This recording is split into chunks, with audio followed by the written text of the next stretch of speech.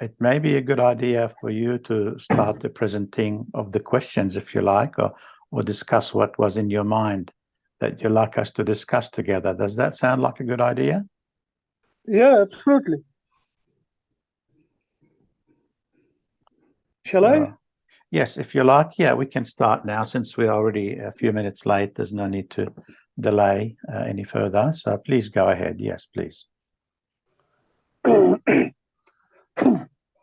Well, in our last meeting, the concluding remark someone made about the problem of evil, and at that time, an idea struck in my mind.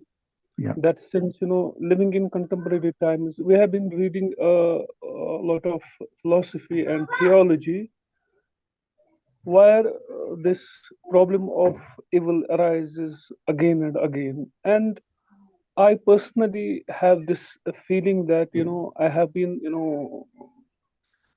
I have been engaging with this question, I think, for the last so many years. And once you get engaged, and I felt its gravity, how serious question it is, especially for the readers like of Ibn Arabi, or other mystics, or even in general religion. And then so this question, to me at least, it still remains unresolved. And I think this was the best platform where I should have raised this question, and I did. And I thank you, for giving it. I mean, for engaging the whole platform in order to discuss this question. Now, the question is, what I have even, forwarded to you, the Epicurean formula about the problem of evil. And I know, I'm sure that everybody knows it, that when in Semitic traditions, Christian, Muslim, and Judaic tradition at least, when we talk of God, we conceive God as a merciful, as a benevolent, compassionate, forgiving, and so on and so forth. So when this God is understood, then when we put forward the problem of evil before this God, intellectually, when we ask that how can a God who is so merciful, who is omnipotent, who is omnipresent, how can he allow such a huge amount of suffering to take place in this world? You just got muted, Bilal. If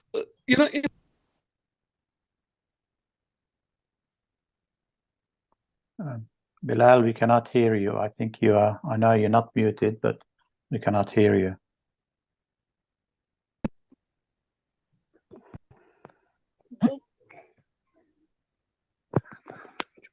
Am I audible now? Now I can hear you. Yes, now we can hear you. Thank you. Okay.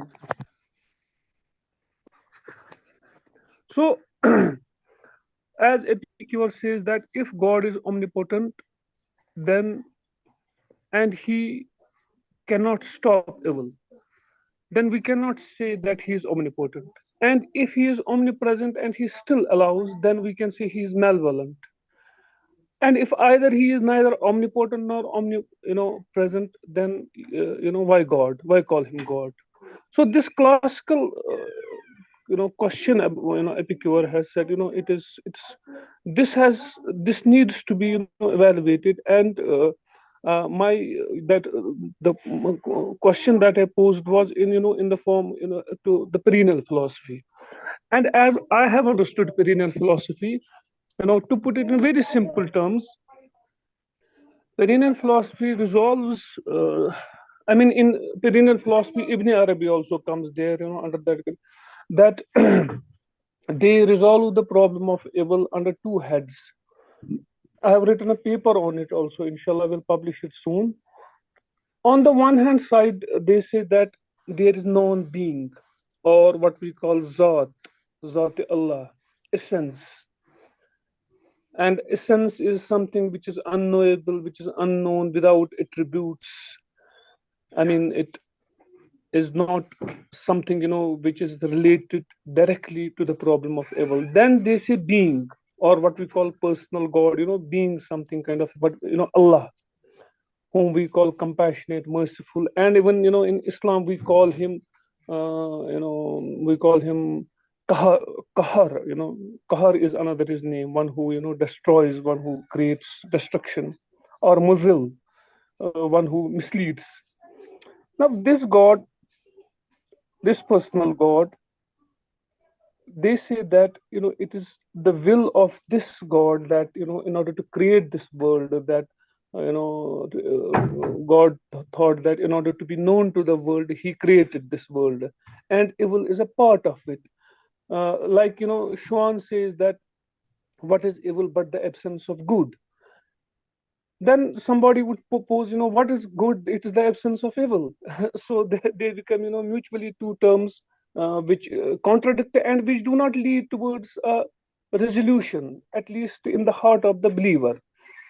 So this was the point that I wanted to seek, that how Ibn Arabi, since I have not read Ibn Arabi in depth, how Ibn Arabi can resolve this question of epicure, in terms of giving to its readers not merely theoretical diagrams or metaphysical diagrams, where the metaphysicians set diagrams, the God is in the upper hierarchy, he is in the upper, then there are, so, and man is simply asked to believe. Now the question is two things, which we must keep in mind while discussing this thing. One is belief that God is merciful, that God is, I have been told in my family that God is merciful, he is compassionate. Second is the God that I live. Kierkegaard says the living God, he is the God, who is wounded, who in the form of his son. This God and that God, we live the God. And when we live the God in daily routine, we see him as evil, as suffering, as pain. So that question is to be addressed, how Ibn Arabi provides a different alternative or a different kind of solution to this problem. That was all that I had in my mind, and I'm sure that there are experts who can better explain this point to me, and I as a student would be eager here to learn from them. Thank you so much. Yeah, thank you, Dr. Bilal. Yeah, it's definitely a very fascinating topic um, for intellectuals, I would say, especially. Um, yes, whether we can actually answer it today with Ibn Arabi's teachings, I'm not sure, but we will definitely try from the people who are present, who can contribute to what they believe Ibn Arabi thinks about that. So before I start to say anything, I'd like to invite everyone else to please respond to Dr. Bilal, what you think about this problem and what do you think is the solution. Are you asking me, sir? No, I'm asking the others to Yeah, okay. If respond you to want, you. I can briefly try. Yes, please. Yeah. Dr. Bilal, Ibn Arabi's view, what I understand is Wahdatul Wujud is one of the fundamental um, doctrine of Ibn Arabi. There is no wujud except one. That oneness of being is the real. The reality, he defines huwa wahidun wa ahadun bi zatihi wa wahidun bi asma'ihi wa sifatihi. He is one in essence and he is many or unique in his names and qualities. And then he says, Huwa mustawla ala batini kulle zahirin. He occupies and holds sway of everything what is zahir, what is in a batin way.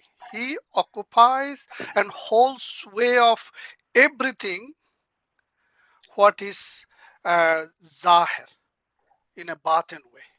So everything in the world of seen has a root in the world of unseen. There is nothing can exist. La mawjuda illallah. As a result, and Allah himself says that mercy, he has written mercy for him. He prescribed mercy. So love and the good is God. And then wa awwalu wal akhiru zahiru wa batinu. Okay, everything man is seen and unseen is God. So that is the Ibn Arabi's fundamental doctrine. So, and he says in his book, The Sufi Path of Knowledge, which has been a summary of metaphysics of Ibn Arabi by William Shittick, and it's an excerpt from Futuhatul Makkiyah, which is one of the magnum opus of Ibn Arabi. In there, he clearly says that evil is the lack of good, so it is non-existence. There is no existence for evil. Evil is just a shadow. When you block light, then shadow comes. So when you block good, that's when you can see the shadow. So evil is the opposite of good, and nothing emerges from the good but good. Evil is only the non-existence of good.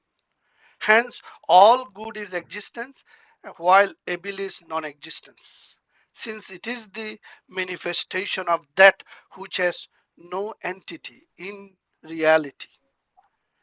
So, so now you can say, what is this war? What is this? Um, Everything we see evil. What is that?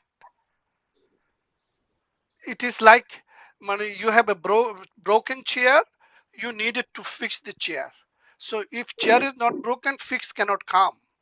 So if God's name, you said Mudillo, name Mudillo cannot manifest unless, of course, the lowering or the abasement or the someone who is arrogant, when he needed to lower him. So as a result, Mudillo comes into the being because that was his name. And all these, when you say, he says that Lysa, no, that satanic description in Quran, it says that وَلَيْسَ بِضَرِّهِمْ شَيْئًا إِلَّا بِإِذْنِ اللَّهِ. Shaitan cannot do any darra, any shar, any evil without the izn, without the permission of Allah. And so if that is the case, of course, all other name to manifest, if you do not know what is evil, you do not understand the value of goodness. That's my understanding. That Allah, to show what is happiness, he has to give you a taste of unhappiness. To understand what is good, he will give you a taste of evilness. So just like yeah, this is the idea of um, Zawhar and Arad, the accident and um, essence, those philosophical ideas. So Abil is part of the Arad, the accident, which has no physical existence, not part of the Ujud, not part of the Dhat. So it's part of the Asma'i, and some of the that Asma, what is this Mudillo you just said, Avenger, or um, all those names are, all this Jalal and Jamal name, those, the Shaitanic aspect is the part of Jalaliyat. It's God's Jalal name, which uh, creates that illusion for us so that he can test us. This is my understanding, but if you need it, I would suggest there is a big chapter um, in that Sufi Path of Knowledge. Shittik explained briefly in page 290, Good and Evil. I suggest you yeah, you read that one. It says good lies in existence, evil lies in non-existence. That is what it is. And Satan has no existence, but of course a temporary existence, which is equal like a shadow. That's what I wanted to end with. But of course there's a lot can be said, and I can send you some. There's a whole seminar was done in US by one of the one of the group, the academic group, who actually there was almost 12 lecture on good and evil as a part. They did it after COVID. We can send you that link. Even Sayyid Hussain Nazar and various other scholars were talking about it. So that they are talking why so many people died as a part of the COVID, and where that, what is the reason of this? And they have looked into philosophical aspect, looked into theological and metaphysical aspect of that evil. That's where I suggest you to. Thank you. Thank you so much, sir. So nice of you. Please share the link, and it was a wonderful response. Really wonderful response. Yeah, thank you, Noor. That was good. Do you like to give a response to that, Bilal? What do you think about what Noor Alam said?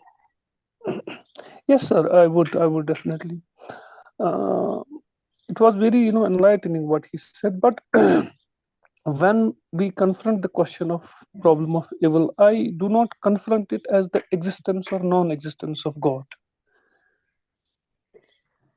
Problem of evil arises only when there is the existence of God.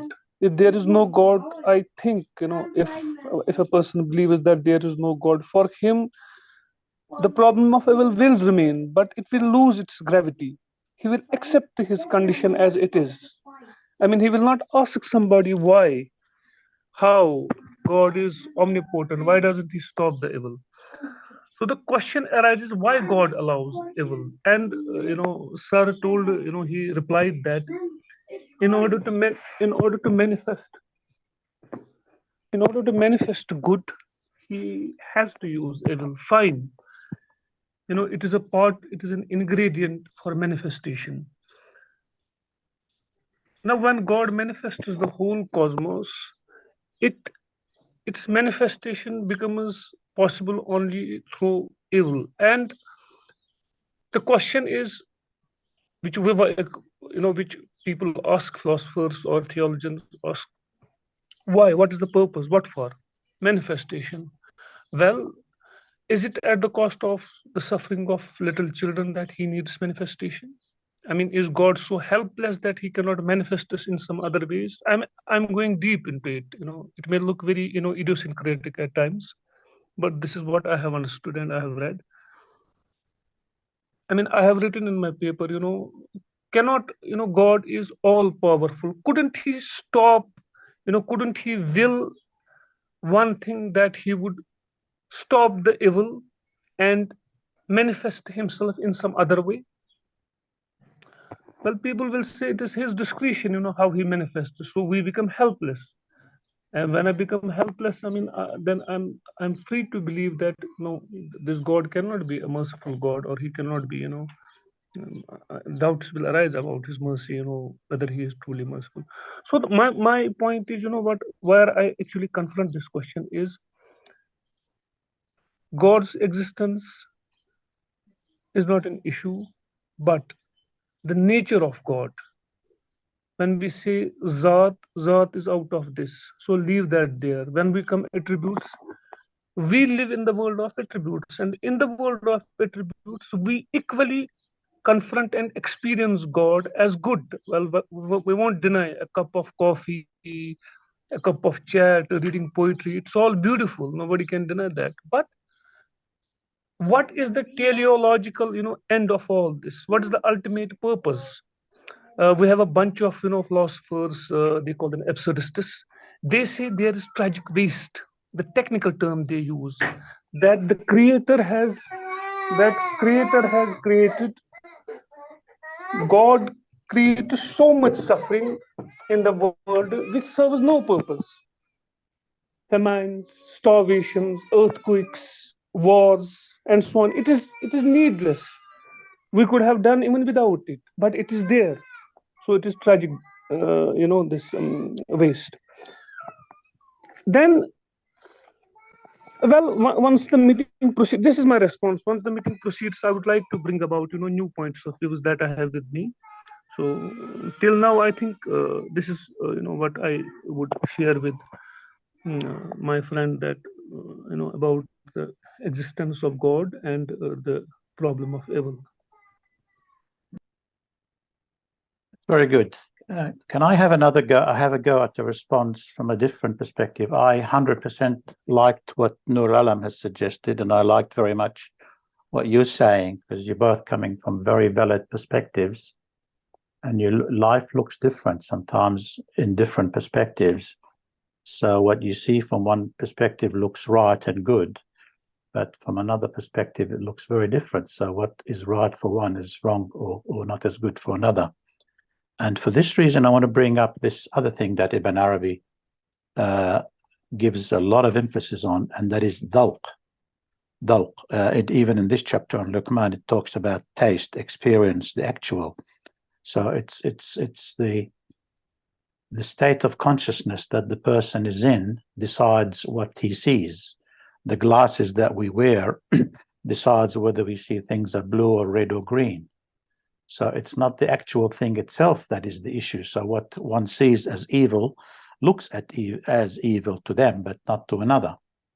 So I think it's very important that while we're discussing this, we're looking at another picture which says, are we only discussing this intellectually, or are we trying to get the answer deeper than merely the intellect? Because the intellect can only see limited perspective. It can only see what the intellect can see. Now, we as human beings are more than just an intellect. We are, as well as that, we are, a spirit. So we use the intellect to intellectualize, just like we use our senses to see and hear and taste and so on. These are tools for us. So the intellect is merely a tool, and it is not capable of seeing the whole picture. And I think to be able to see this problem of evil requires that actual spiritual maturity. So the spirit is in the picture at the same time as the intellect. Or some people say it's not enough just the mind to be very developed. We need to develop the heart as well. Not to go to the extreme and say the heart only and the mind is no good and reduce that. No, I would like to say both 100% mind and 100% heart. So the whole picture needs to be seen in actuality and not limited to merely intellectual. And that's, I'm responding like that because you mentioned the word belief. Now, when you mentioned the word belief, that to me implies intellectual only. So a belief is what you're told. You don't see it yourself. If you saw it from your own experience, you wouldn't need to believe it, because if you know this is a chair, you say, I know it's a chair. I don't have to believe that it's a chair.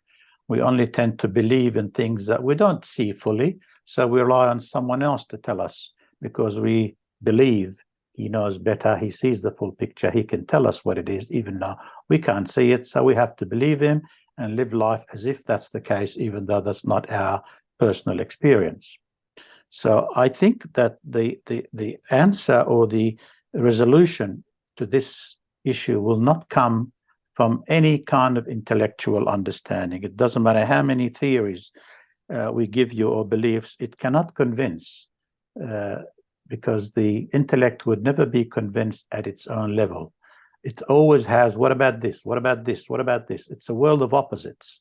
Both are there at the same time. So you could never take any of the two opposites and make it the number one. There's always the other side. It's like two sides of the same coin. Neither of them is more important. Unless you have both sides of the coin, that coin is worthless. It has to have both sides, the good and the bad, the right and the wrong, and so on, the head and the tail. So it's the dhawq. The dhawq from Ibn Arabi is the key element and that requires the transformation of the person to reach the point where dhawq is real for them. And I think that's why we have the concept of al-insan al-kamil. Al-insan al-kamil is one who is capable. He's not a believer. He doesn't just believe because he was told by someone, not even by God. He actually sees it. That's his own experience. He's developed so much that he can see the thing for himself. So I don't know. What do you think about that? I mean, it's before I say any more.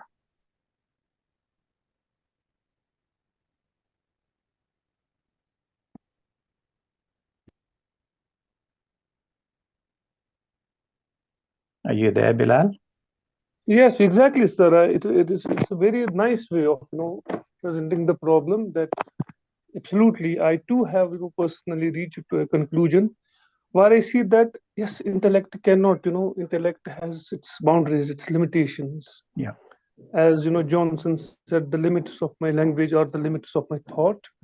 So we have to find, we have to experience and find and try alternatives. So Yep. a picture has many sides. A coin does not have only one side. So that's why that you rightly said that we have to develop heart and 100% and intellect 100%. So Sufis and great scholars of religion, they have been, they often emphasize this point, that you should not become the slave of your intellect alone. Yes. Allama Iqbal in this respect has done tremendous. He has written so much verses on it that "Khirid ki gutiyan sulja chuka hu ya Rab," I have resolved the puzzles of my intellect. Now you make me, you aflame my heart of love for God.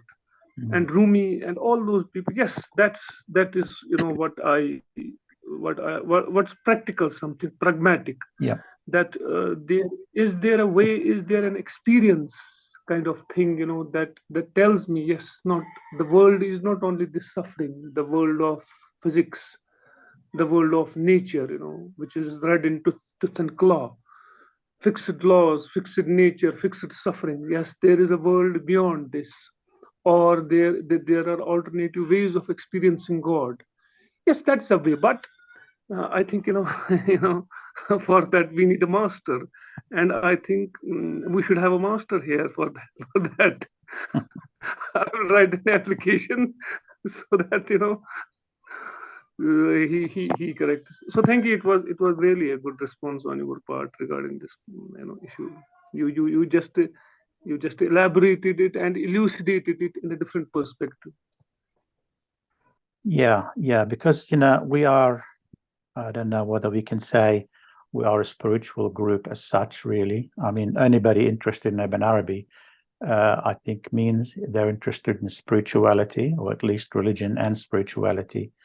So that means we want to develop spiritually. So what does it actually mean to develop spiritually?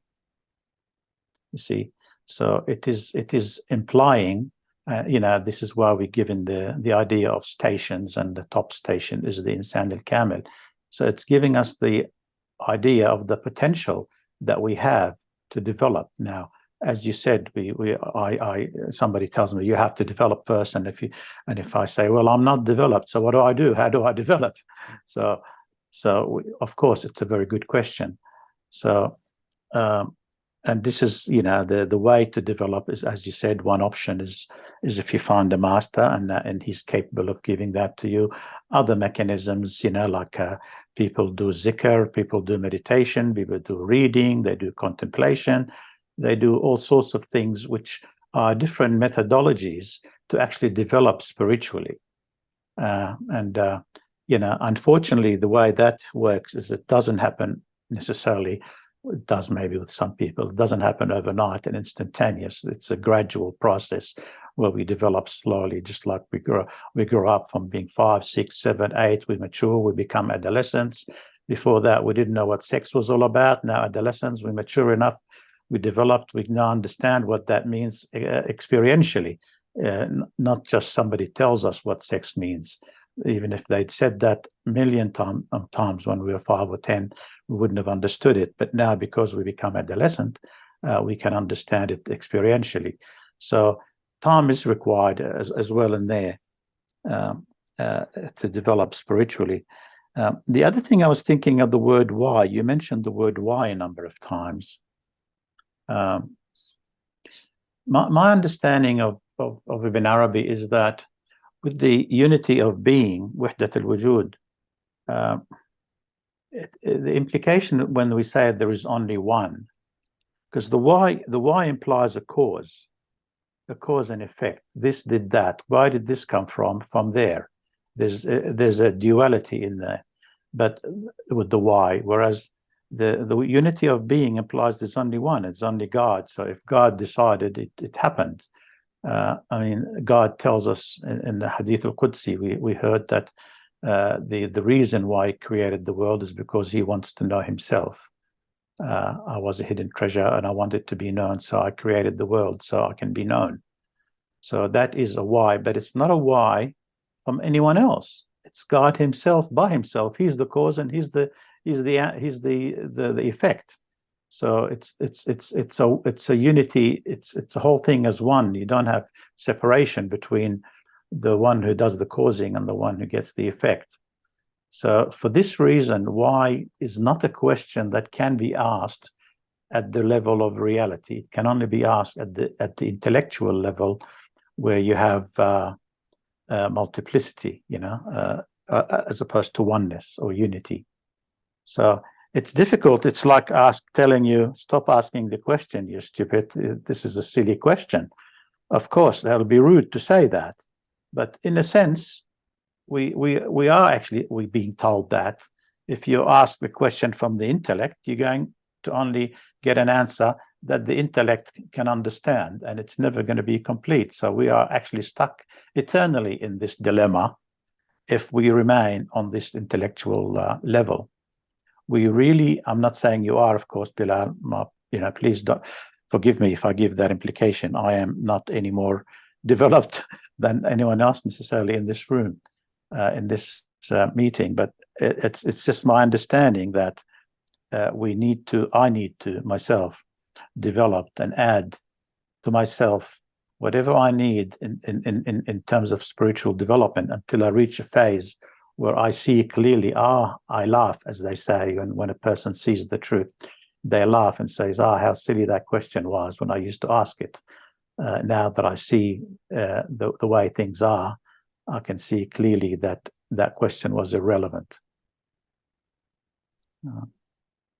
I'm not giving you an answer here either. I'm just sort of working around the question to try to look at the question in a different way, so we can see it's not just as simple as getting some information to satisfy it, because I think that is not possible. Yet at the same time, it makes a lot of sense to keep trying. It's the trying itself can be developing the person as well. It's an interesting dilemma.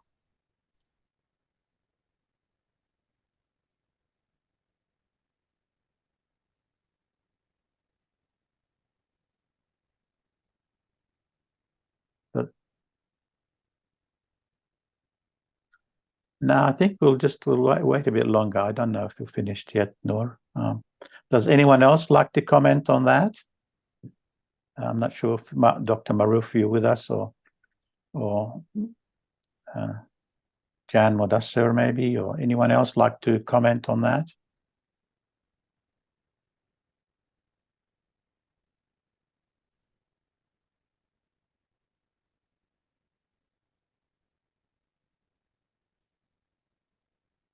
Sir, may I sum it up? What we have been discussing so far.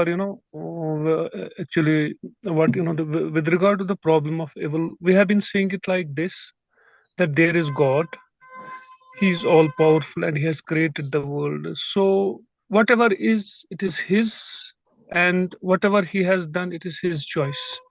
So asking a question, why on intellectual level will lead us nowhere. It will only, maybe bring about madness if we take it seriously.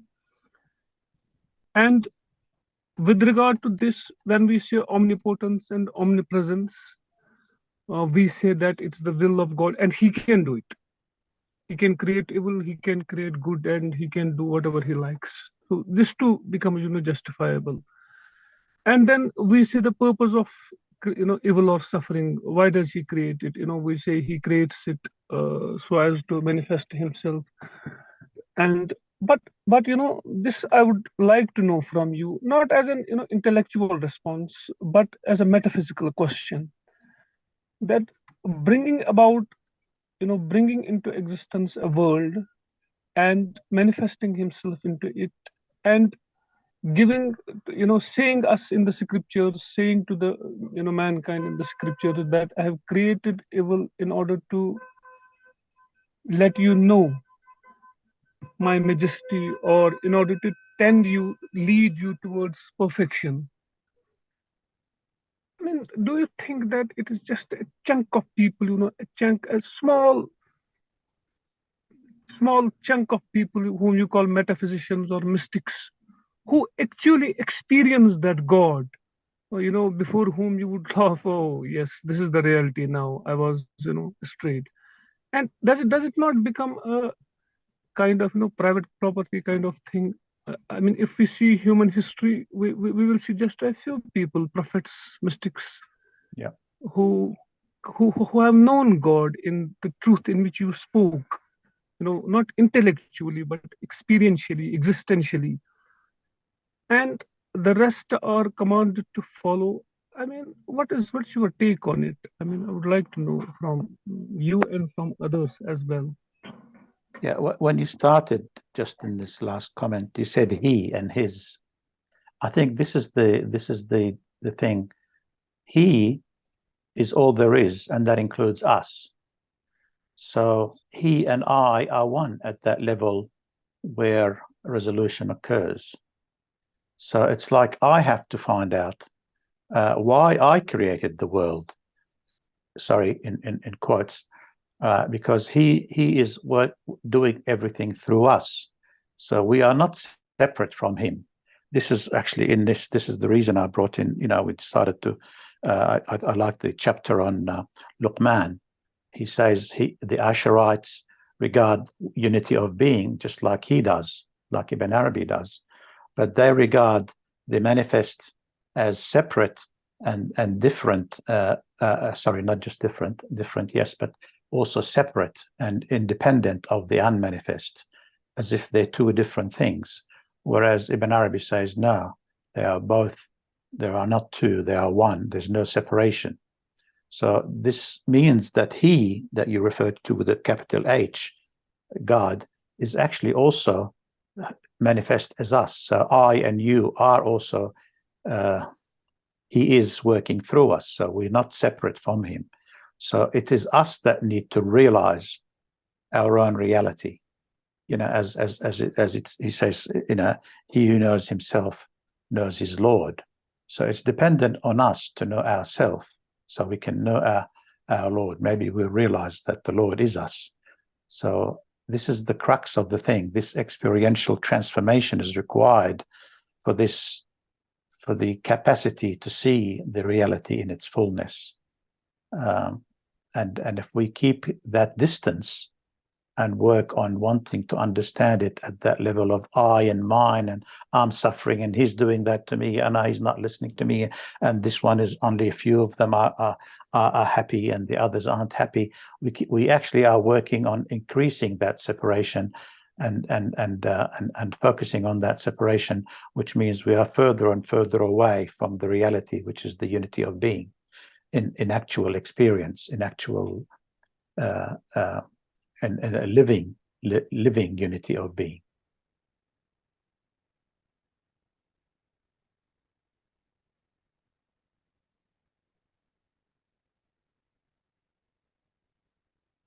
Are you able to hear us, Well, Dr. Shah? sir, may I add here one point then? Yeah, sure. I mean, I'm taking my reasoning towards, what I have in my mind. Now, you said one point, unity of being.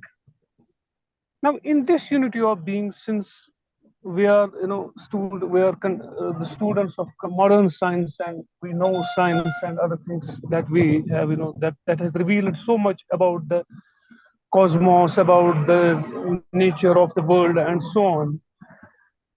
uh, can't we have a unity of being where everybody says, yes, this is the world, and this is the only world that I know, and obviously most of the people know that this is the only world.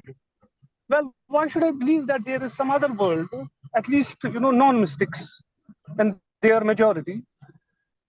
This is the world where I'm born, where I die, and maybe I may be born again, maybe I may born die, maybe I may be not born again, maybe I extinct, when I die. And this world is complete in itself. It has its own energy, it has its own fixed energy or limitless energy. I do not need another world because I do not see it, I do not have it. My sufferings, my pains are this world. Let me love my sufferings, let me live my pains and joys. And this, when, if this kind of attitude is developed at a universal level, a collective response, a collective acceptance that this is the world that we have to live, and maybe this is the world that we have to live eternally and perpetually, forever. I mean, there cannot be a more stronger unity of being and unity of humanity than Ibn Arabi's Wahdatul Wujud, in which mankind is asked again and again to believe that there is another world after this world where you have to relive. You have to believe it. You cannot see it. I mean, Quran repeatedly says, and Ibn Arabi does not tire of explaining it, that this is a very short world. You have to live another world. So is it not division? I mean, within us here, we do not, neither live here properly, nor we, as Iqbal says, यहाँ जीने की पाबंदी और वहाँ मरने की पाबंदी. Here we are not allowed to live, and there we are not allowed to die by God. So don't you think that this kind of unity which Ibn Arabi talks of, it's fractured, and it needs to be readdressed and rethink? Because modern man's attitude, materialism, science, and which support this view that visibly this is the only world. Why should we invest our energies in some other world? I mean, I'm not asking it. Mashallah, I'm a believer in other world, angels, and all the rest of the things. But how it is consoling, this Ibn Arabi's this unity of being. And people are very stinky about religious doctrines. Even modern man is very stinky about it. There is another world, so we can have unity of being here and now. I mean, this is further, one more thing that I had to share. Please, sir, correct me in this also. Yeah. Thank you. Yeah, thank you, Bilal. I like what you're saying. Yeah, I like very much what you're saying. Thank you. Good points.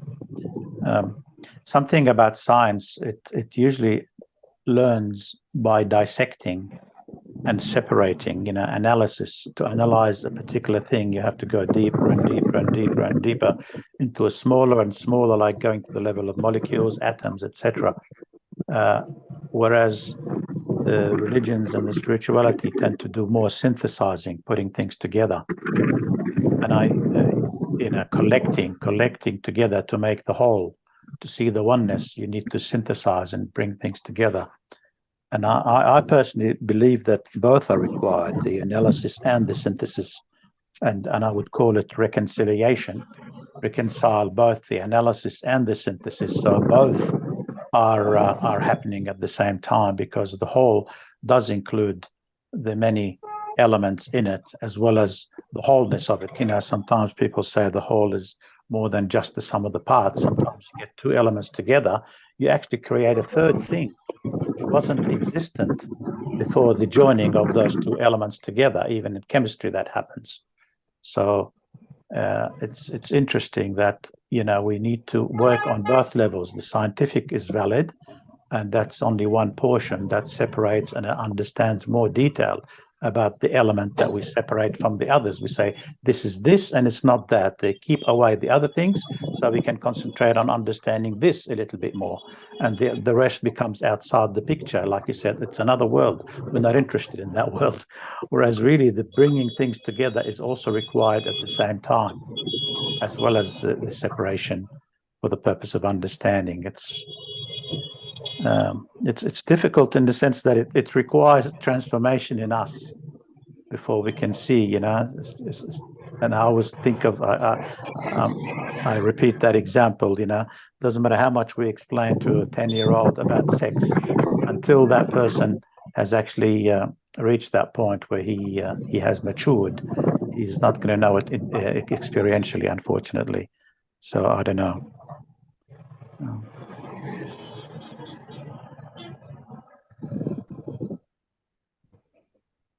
So maybe, you know, it's very good, Bilal, to keep the question open, because I don't think we need to feel that we need to have the answer given to us before we can close it.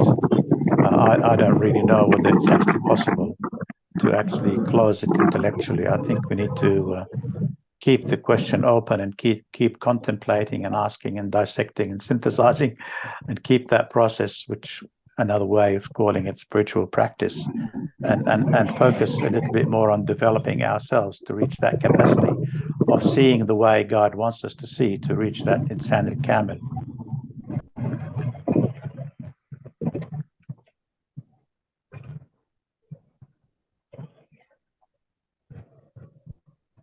Does anyone else like to give a comment or question or contribution about what we've been talking?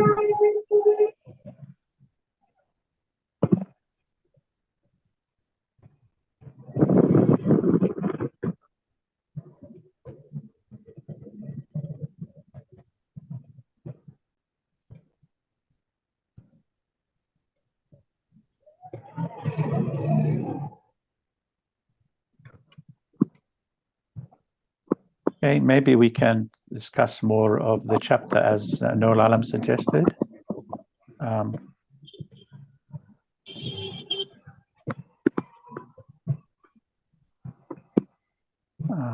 Does anyone like to comment on the chapter on Luqman?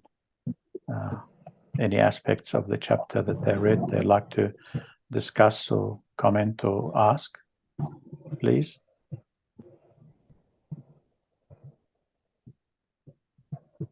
Sir, one more thing I would add, you know, Yeah. To keep the message going on, to keep the party going on.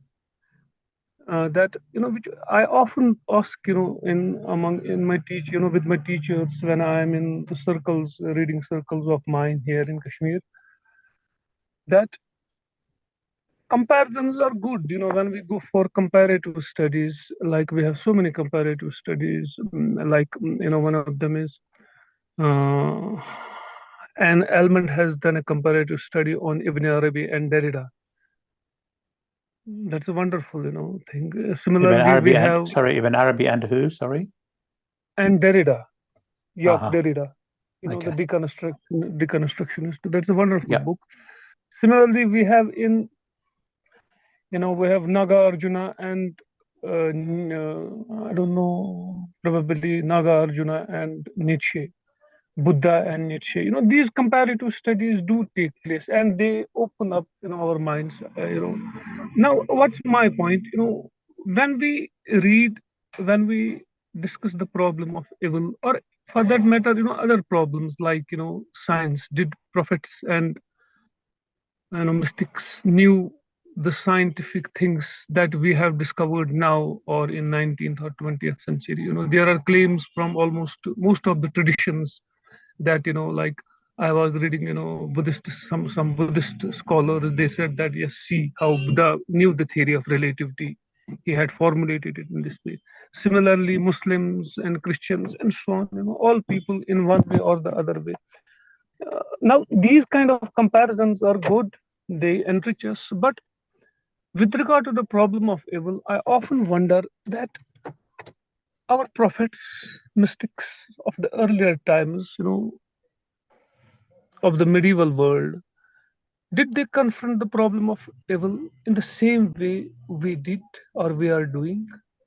Because we see at the level of, ideologies and institutions and developments of science, society, psychology, that is altogether a different world, and this is altogether a different world. And when I interpret my today's problem and somebody explains me in the through the scriptures of which is 2000-year old, 3000-year old, or 1400-year old, I wonder, then that person knew it well in advance that this is the question that, and he has given me simply ready-made answers.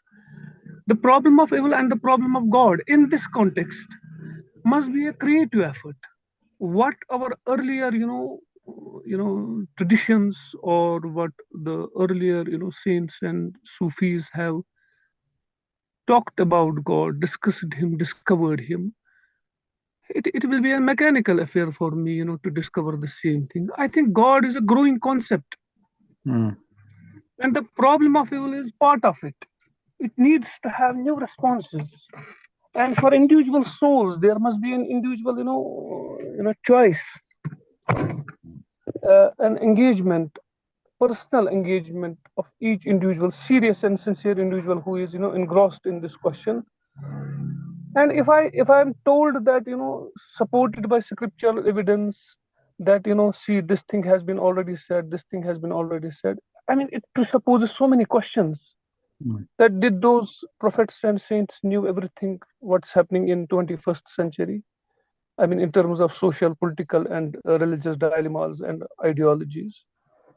So there should be, with regard to the problem of evil, I often talk to my teacher and friend Maroof of this question, that how can you quote a Quranic verse, Holy Quran, verses from the Holy Quran, from our Holy Quran, which is 1400 and 1400 years back, and at that time we do not see science and philosophy and all the other developments, we are not there. How should we interpret it? I don't know. I don't say God forbid that anything that does not fit, but I ask simply, is this interpretation or application of the statements from the scripture, does it not ludicrous? Does it not look some kind of thing, you are getting it out of its context and then placing it at a place where it cannot possibly, by all means and standards, it cannot fit in. So that should Yeah. that should be addressed with this question, the problem of. Yeah. No, thank you. Very, very good point. Yeah, traditions thousands of years ago, they were different than we are now, I guess. I think I would say the element of belief and not questioning what you told was much stronger than it is today. Today, people doubt a lot more and they don't follow the religion as they used to then. That's why, I don't know about the Islamic world, but in churches, the number of people going to church is enormously decreasing over the last many years. And people are questioning and doubting, and etc.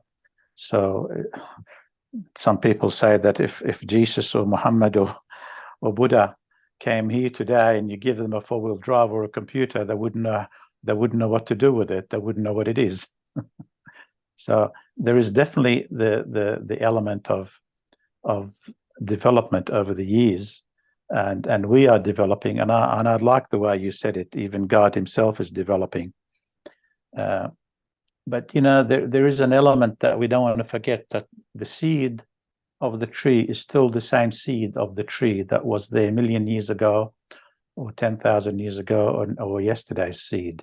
So there is the non-changing element of this whole thing that is important for us to connect with, that non-changing. And otherwise we'll be just at the whims of the ups and downs if we're not anchored to that non-changing source of life, which we sometimes mean when we say God, because God is the source of this energy and intelligence and love and mercy and all that created the whole thing. So if we're not connected with that, and we merely look at the changes that have happened over the years, we are missing something more important. Well, at the same time, it's very important not to also to reduce the value of the change, because the change is always happening as well. Also, so yeah, it's a very good point what you're saying. We need to look at both sides, the changing and growing and the non-changing at the same time. And I think the unity of being must include both and not just the one, not just one of them. This is something we humans find difficult, maybe because of lack of our development. We can't concentrate on two opposing things at the same time. We call it a paradox and we give up. Whereas really the ability to look at the changing and the non-changing at the same time is what's needed here, because both are part of reality. Both are there.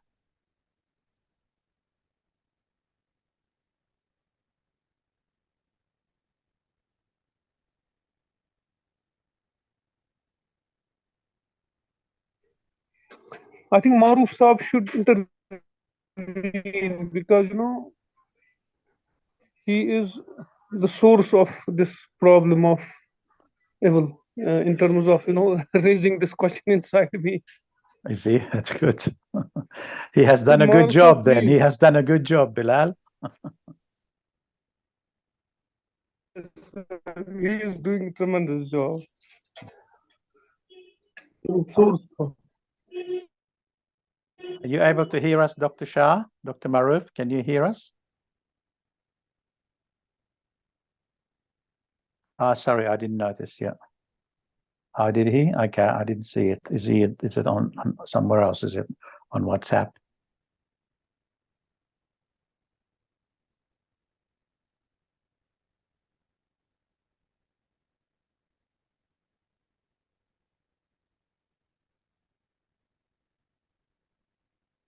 Yep.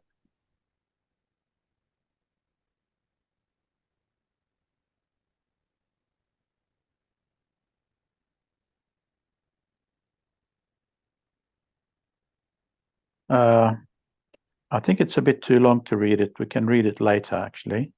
It's too long because we will look at it later. So it looks like Dr. Maroof cannot join us because he's in the middle of things, but he found this information to pass to us. So are you able to talk to us, Dr. Shah?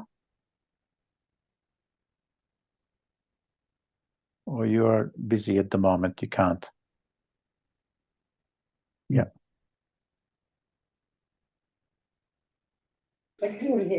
Sir, till he joins, sir, may I ask you a question in in personal capacity? Of course. So it is the question I am asking is with the purpose or intention to learn from you and to enrich myself. You as a human, as a person, as an individual.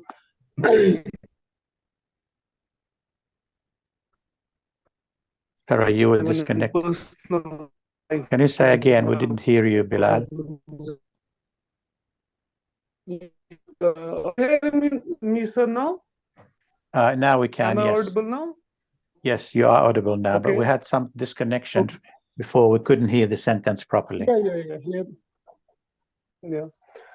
My question is, sir, you as an individual, as a human being, everywhere we see that there are problems. Everyone in his life has, faces this problem of evil. How do you, tackle with it as an individual? I'm not asking you to answer me as an academician, but as a, experiencing person. How do you confront this question? Yeah, thank you. That's a very good question. Appropriately challenging. I go through life with a lot of difficulties. Obviously, I go through periods of time where I suffer a lot, as well as like everyone else, and I also go through life where I enjoy aspects of life immensely as well. So both of these are there. But I have, over the years, I'm not sure, this is part of the learning that I get from teachers, Ibn Arabi and others. I got to the point where I see that there are two things in life. One is the things that there is nothing you can do about, and one are the things that you can do something about. Now, this is not my choice. I see this is how it is. So, and I have got to the point where I used to think nothing I can do about it, but I'm not satisfied with that. I'm still trying to do something about it. And the more I try, the more I fail, because when it's something you can't do anything about, it really means you can't do anything about. Like when we die, there's nothing we can do. All our problems are going to remain for someone else to solve when we die. So sometimes when we're alive, there's nothing we can do. So I don't want to say I believe, but I accept the reality that there is nothing I can do about certain things. And one of those things is this suffering. But I also realize that I don't want to go too far and say there's nothing I can do, because I do see that there's a lot I can do about my suffering to reduce my suffering, because I only have to look at why am I suffering in this particular instant. And by looking, I learn a lesson and I find out why I have been suffering. And I will not do that next time. So the suffering is reduced in time. So, if I look over the many years, 20, 30, 40, 50, I see, there's development that's happening in that area of less suffering, more happiness, more understanding, closer to knowing what reality is. But to tell you that I've got to the end, or even I'm just 5 minutes away from the end, no, I don't. I could be, million years away yet from that. I have no idea, because I don't know what I don't know about what I don't know. So it's impossible for me. But I am accepting that the important thing is to be happy. I think that is extremely important, to be happy. If I'm not going to accept that I want to be happy, then I will give up on answering questions like you have asked. And I suspect the reason you have this problem with this question is because you want to be happy. And that's the reason you want to find the cause of suffering, because you are not satisfied with living suffering, especially if you see there's no point to it. So you obviously want to. So this, I see, is a natural thing that all human beings have, the desire to be happy and this desire to reduce suffering. And also at the same time to realize that we can't fix it all, but we can work at it. We fix what we can and we can't fix what we can't. And the only way we know what we can and what we can't is by trying. So I might try every day until the rest of my life and die still trying, and I haven't succeeded. But there's no other choice I have but to do that, because I want to be happy and I want to reduce my suffering. And I want to understand what life is all about. This may be what God meant when he created the world. I wanted to know myself. I also want to know myself. So this desire to know myself, in other words, is actually natural and spontaneous and coming from the source. It's not Frank that's decided knowing yourself is a good thing, mate. It's not like that. It's knowing the self is actually ingrained in the seed that we as human beings have within us. So this is my response to you. I hope it's helpful. Thank you so much. So, do you want me to also add a few things on that one? Yes, please. Okay, Bilal question is, this evil manifest in everyone's life, right? Because the perfection includes imperfection. That is one of the things Mark can elaborate on. There is a writing of Bull and Rauf about it, right? The perfection includes imperfections. So in our day-to-day life, we always have both. The how do you deal with it? How can you stay positive and put your trust in Allah and stay connected with Allah? That's the challenge of the Sufi, right? Because in Quran, Allah says that ma asabaka min hasanatin famin Allah. Whatever good happens to you, it comes from Allah. وَمَا أَصَابَكَ مِنْ سَيِّئَةٍ فَمِنْ نَفْسِكَ. Whatever bad happens to you, that's from you. So, and as we told before, the bad or evil has no existence of its own. It happens because we ourselves mess up something, right? We have consumed so much hot food. As a result, we have an imbalance in our body. Now, for the cold to come, we just invited a disease, right? Then we have to take antidote for it. So, why bad things happens in our life? Because we are created. We because we are not perfect, we are achieving perfection, and as a part of it, we fall into the imperfections. So when we fall into imperfection, of course, as a if you are on the path, if you are a wayfarer, you align yourself to God and you seek refuge to Allah from the imperfections you fall into so that you are rescued. For example, in Quran, he was saying to Yunus fall into in the belly of the whale, in the darkness he fall into. So why he fallen into that? Because he was angry. No one was listening. He thought he'd done enough of what he needed to be doing, and he got angry and he's running away from his duties. And then he was fallen into it. Then of course he realized that he did a mistake, and then of course God has given him respite, and then he made him back to his kaum, and that kaum accepted Islam, and they were happy. But of course he didn't want it. He wanted, because they should have to suffer. He said they didn't listen, so they should suffer. But God forgave them. What is Right? calm? Eh? Calm. What is Kaum calm? is his nation, his The community, the people. people. It's Yeah, people. yeah, Thank you. yeah.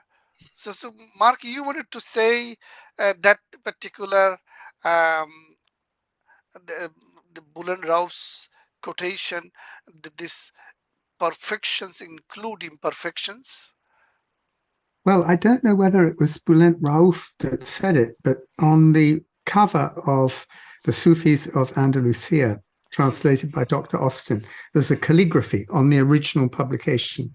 And when he was asked what the calligraphy said, he said that it says, it is part of the perfection of being, wujud, that there is imperfection in it. Now, I don't know whether that's from the Quran, you'd know better, or whether it's hadith or whatever it is, but that's what it says. It is part of the perfection of being that there is imperfection in it. Is that what you're thinking of? He's gone. Yeah. So Bilal's question was, in a day-to-day life, when you fall into the pitfall, how do you deal with it at that moment? When, say, Prophet Yusuf has been thrown into the well, how did he behave and how did he get out of it? Of course, the teaching is you always cling to God. Yeah. When you cling to God and seek refuge to Him from this bala or the shaitan, when shaitan try to allure you, that's when you will be rescued. Because just like the way Yunus alayhi salam, um, in that Quran is saying, "Fasbir lehukme rabbika, wala takun ka sahibil hut." ija nada wahua magzoom. Say, be patient and wait for the hukum, the God's decision to come for you. And this is on another context in Surah Qalam. Prophet has been asked. So he said, "Wala takun, don't be like that Hud, Sahib al-Hud, who was Yunus alayhi salam. And what was his fault? His fault was he was angry. And then I said that how he rescued him.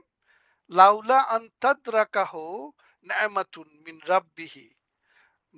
But unless until when he remembered his niyamat, his blessings, and he remembered it, that's when he was thrown into the shore, um, and yeah, gave back to his life, and that's what the God has responded. This is the fajtabahu rabbahu fajalahu minas salihin. His Lord responded to him, and then he reestablished him as a salihin. So that was the thing. Everywhere when you fall into that evil, you need to seek refuge to Allah. You need to do sabr, and you need to do remember your niyamat and blessings, all the positives you have been given. Then, of course, you will be able to go to the other side.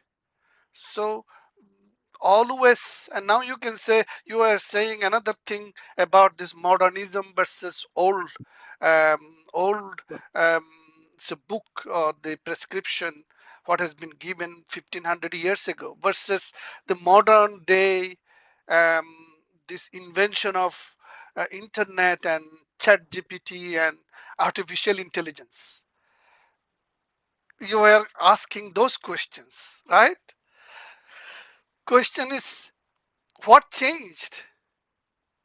Because Allah is showing his glory to you, because we are in this generation of artificial intelligence. But my granddad, they didn't see those development, right? Who was just 100 years ago walked on this planet, right? But 100 years later, we are seeing something what our grandfather didn't see. But what is the thing we have been given, and what has been what are the things not being given to our grandfathers? This knowledge. Kulla yawmin huwa fi shan. Every day, in every way, he's revealing his glory, his shan. He's making new configuration. So for us, our test, for our grandfathers, they had their tests. So, but we will be judged on how we dealt with the problems we have been given. We will not be judged by the standards of our grandfather. We will be judged by standards of our era, our time, how we dealt with our problems, how we dealt with the evil, and how we still maintain our connection to the good. Because that's why in Surah Fatiha, we have been asked to stay with the one blessed people and stay away from the cursed people. Dhalin versus people who are an'amta alayhim, the people who are blessed. So we are always have to try between these two, stay with the blessed people, stay away from the cursed people. So that is the choice we have been given, and how we are dealing with our day-to-day problem in terms of those principles. That is the Sufi way of struggle. The alladhina jahadu fi subulana lanahdiyannahum. The people who constantly striving in subulana, in our pathways, in our path, lanahdiyannahum, we will guide them and guide them to that mustaqim, that the path where God is, of course, us to align ourselves to be Salihin, to be Muhsinin, to be Muslimin, to be all those people of Ashabul Yamin. That's what, yeah, that is the suluk, that is the journey we are in this path, constant struggling to stay on the path as opposed to derail from it.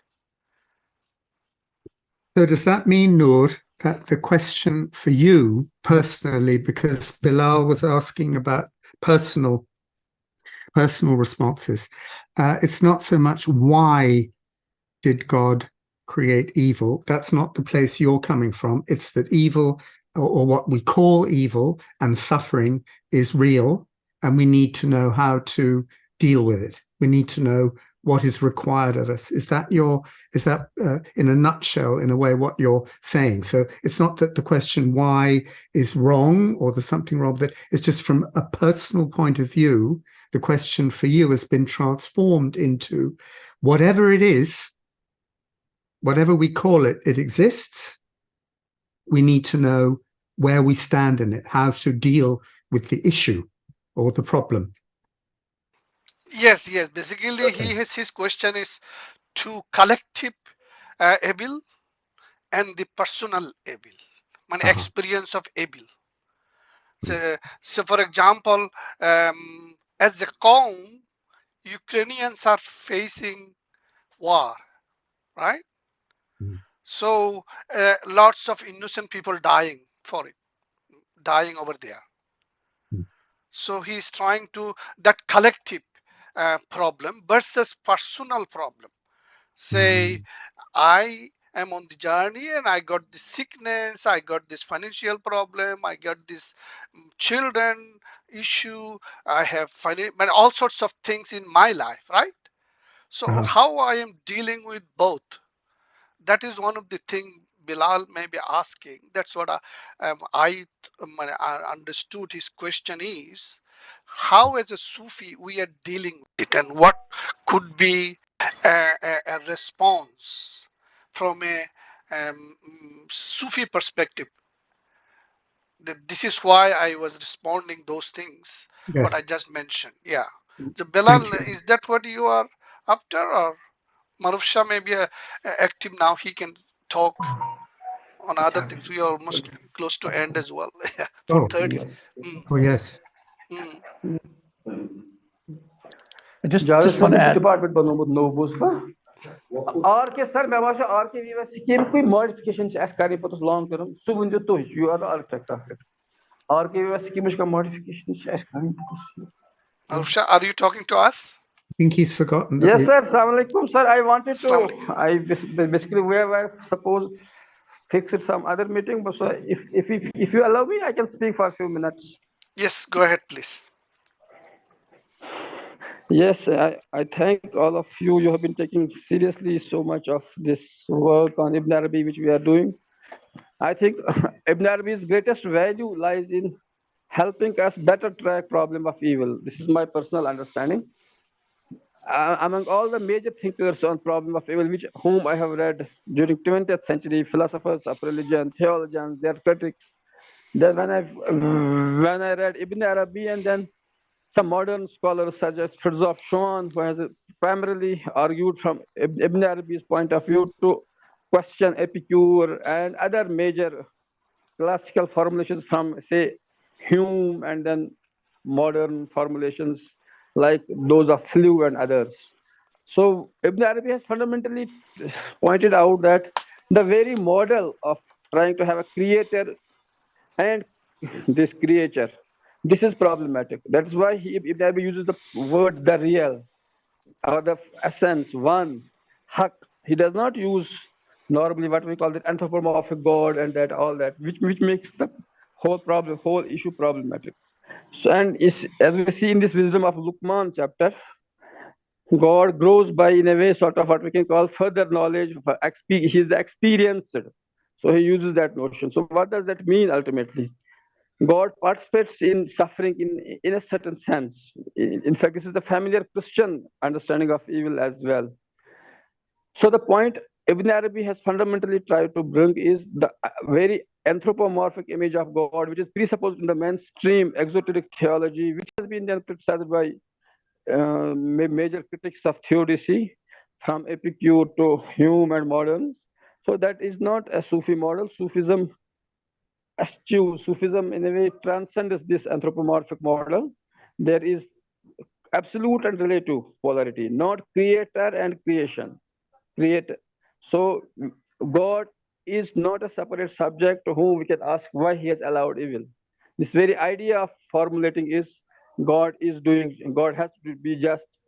So the way Ibn Arabi identifies wujud with mercy, the breath of the merciful. So that in fact, to be is a sort of mercy. Now, what is evil? Evil is everything which is not God, by definition. So because there are limitations, it cannot have all the attributes. So it is as simple as this, that Ibn Arabi has almost mathematically dissolved the problem of evil by reconceptualizing God as one, undifferentiated absolute, the essence, the oneness of existence, which has been by later Akbarians which have formulated it. And then he allows that every experience in a way adds to the knowledge of God as well. So evil we do not encounter as something which has to be explained away. It is to be in the world is to be separate from God. In that sense, it is to be involved in evil. Even in heaven, there will be sort of that evil, because heaven is not God. So everything which is not God is not God, means there are not all the perfections by definition. So there must be evil. So, and it is the price of the world is to be in evil, because world is not God. So it is as simple as that. So we need not worry about. You got muted, Maroof. Maroof, you got muted.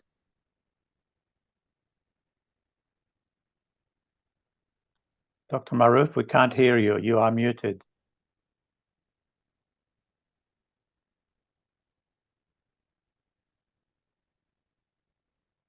Can you hear me, Dr. Maroof? You are muted. Okay, it looks like he may not be aware.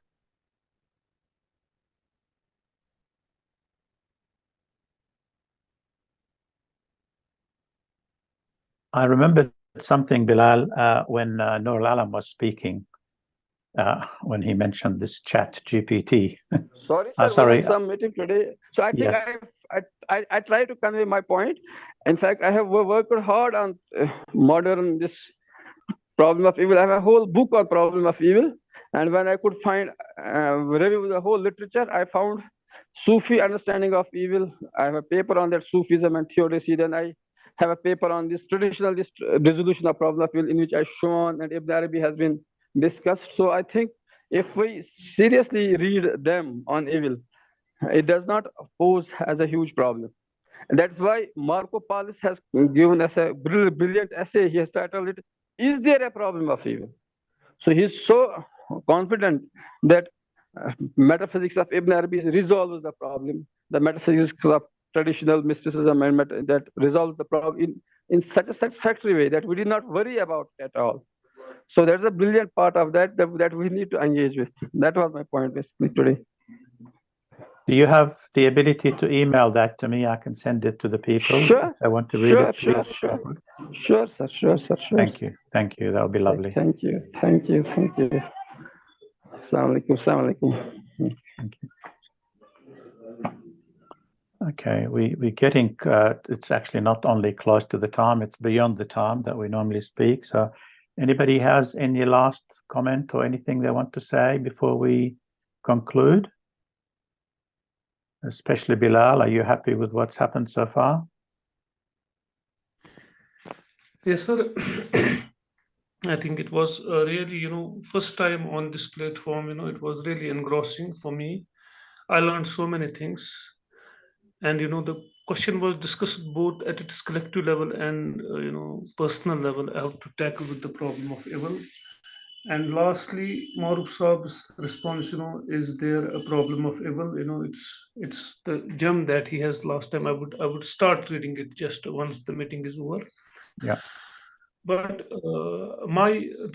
as he said, that this is his personal opinion and his personal, belief.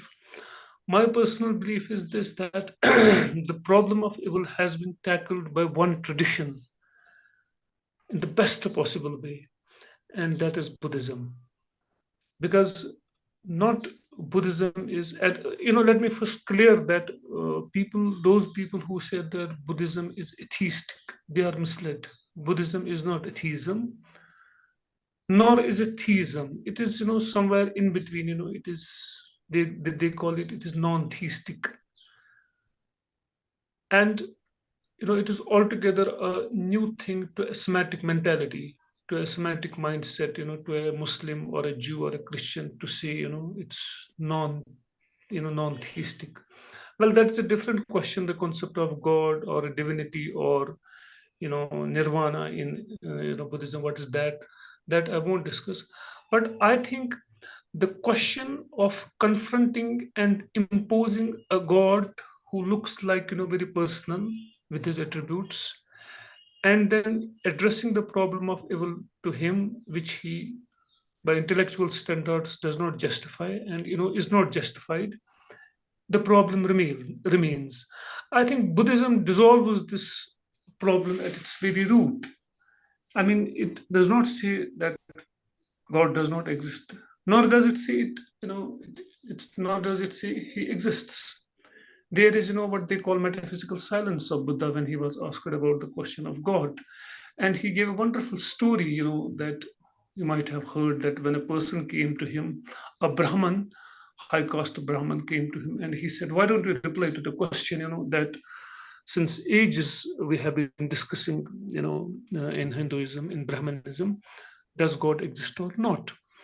And he gave a very beautiful reply. He said that, look, if a person is shot with an arrow and he has fallen on the ground, what will be the first step that you will do? Will you ask who has made this arrow? Will you ask what is the material used? Is it poisonous or non-poisonous? And will you ask the intentions of the person why he has? No, you will do none of these things. The first thing that you will do, you will take up the patient and treat him. That's what the condition of humanity is. We are shot with an arrow.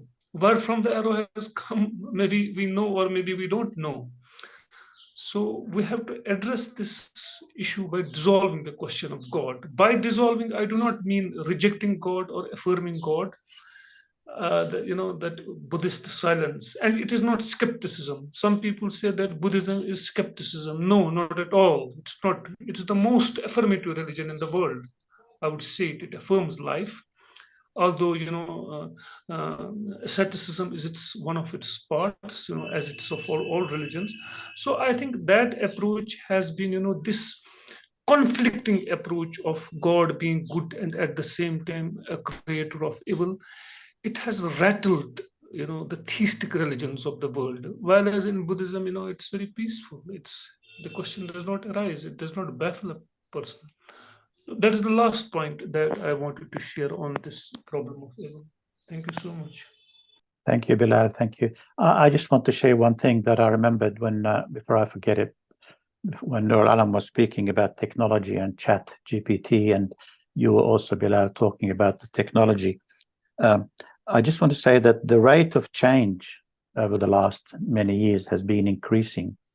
We had with the agricultural revolution, things changed so much, and then the industrial revolution has made things change so much faster. And the information revolution is much, much, much faster than that indeed. And now with the intelligence revolution, they call it, with the chat GPTs and the artificial intelligence, the rate of change is increasing at a rate which is becoming almost impossible for humans to cope with. So our ability to cope with that change is enormous. And this is really what's adding to us having to find answers to these questions. So your question is extremely relevant for today on many levels. So the ability to have to become capable of coping is very, very, very important. And I'll just put that as part of the picture, because that's affecting our today reality. And as we can see, what's happening in the world is part of all that, which is becoming harder to cope with.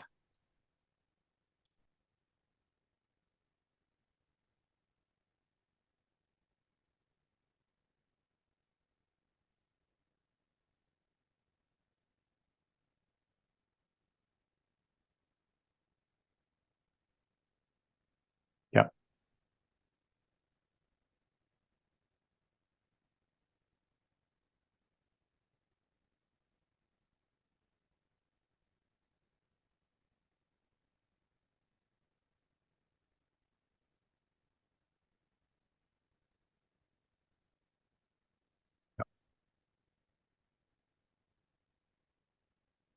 Yep.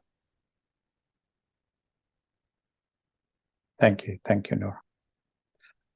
Okay, thank you very much, everyone. That was another exciting meeting, very rich, and the most important part of it is that Bilal enjoyed it. Thank you very much. Yes, Bilal enjoyed it, and it got us all involved. It got our hearts and spirits involved. So thank you very much, Bilal, for your excellent question. Thank you so much, sir. Thank you so much. Thank you. And next